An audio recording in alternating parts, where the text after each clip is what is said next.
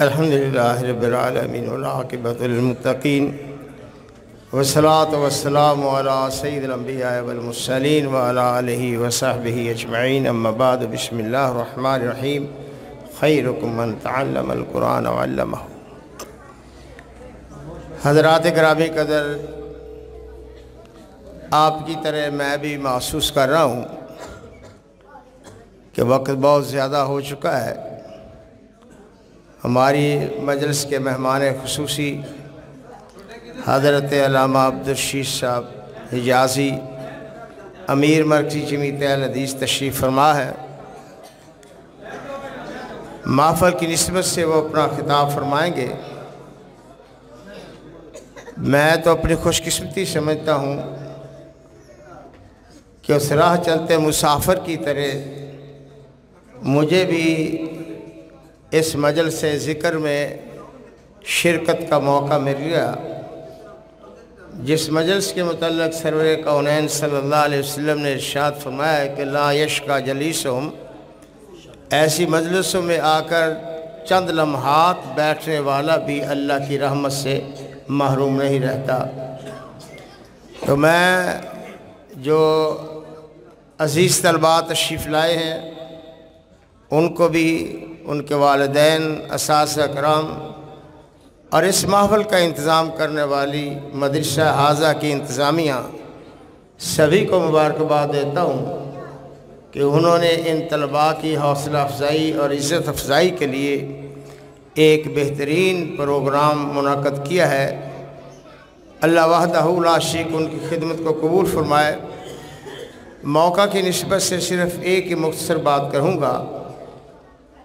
حضرت زکریا علیہ السلام کے ذکر میں اللہ تعالیٰ نے فرمایا ہے کہ انہوں نے دعا کی تھی، رب ہب لی من لدنک ولیٰ یارثنی و یارث من آل یعقوب واجعلہ رب رضیہ۔ یا اللہ، مجھے ایک ایسا وارث عنایت فرما دے جو ہم انبیاء علیہ السلام کی وراثت کو سنبھال سکے۔ میرے بھائیو، ہم میں سے کوئی بھی ایسا شخص شاید نہیں ہے جس کی یہ خواہش نہ ہو کہ اللہ تعالیٰ اسے وارث عنایت فرما دے جو اس کی مادی وراثت اور ترکہ کو سنبھال سکے۔ اور شاید کوئی شخص بھی ایسا نہیں ہے جو یہ سمجھتا ہو کہ میری جائیداد کے لیے ایک ہی لڑکا، ایک ہی وارث کافی ہے۔ جو لوگ آج بھی اس دور میں الہادی سوچ اور فکر سے یہ کہتے ہیں نا کہ بچے دو ہی اچھے، وہ بھی دل سے چاہتے ہیں بے شک درجن بچے ہو جائیں، کوئی بات نہیں ہے، یہ اللہ کی نعمت ہے۔ تو جس طرح ہم مادی وراثت کو محفوظ کرنے کے لیے ایک فکر رکھتے ہیں، ایک سوچ رکھتے ہیں، ایک ضرورت محسوس کرتے ہیں، تو ذرا لمحہ بھر کے لیے سوچئے کہ ایک ہماری روحانی وراثت بھی ہے۔ کیا اس روحانی وراثت کے لیے بھی ہم نے کبھی اللہ سے وارث مانگا ہے؟ یا کبھی اس روحانی وراثت کی حفاظت کے لیے بھی ہم نے سوچا ہے؟ یہ بہت بڑی آج وقت کی ضرورت ہے کہ ہم اپنی روحانی وراثت، دین، قرآن، اللہ کے رسول صلی اللہ علیہ وسلم کا فرمان جو ہماری دنیا و آخرت کی نجات کا ضامن ہے، اس وراثت کو کون سنبھالے گا؟ اس وراثت کو سنبھالنے والے یہ ہمارے مستقبل کے روشن ستارے ہیں۔ ان میں ہمارے بچے ہیں یا ہمارے بھائیوں کے بچے ہیں، یہ ہمارے روشن مستقبل کی ضمانت ہیں، بلکہ ہماری دنیا آخرت کی نجات اور کامیابی کی ضمانت ہے۔ اس لیے جو بھی اس وراثت کی آبیاری کرتا ہے وہ مستقبل کی نسلوں کا محسن ہے، احسان کرتا ہے۔ آپ دیکھیے، فصل کو کاشت کیا جاتا ہے، بیج کہاں سے آتا ہے، پانی دیا جاتا ہے، زمیندار محنت کرتا ہے، نتیجتاً اگلی نسل اس باغ و بہار سے فائدہ اٹھاتی ہے۔ اسی طرح یہ وراثت نامعلوم بچوں میں سے کون کون حافظ قرآن، عالم دین، اللہ کے دین کا خدمت گزار بنے یا دنیا کے کسی اور میدان میں بھی جائے تو وہ سب کچھ آپ کے لیے صدقہ جاریہ ہے۔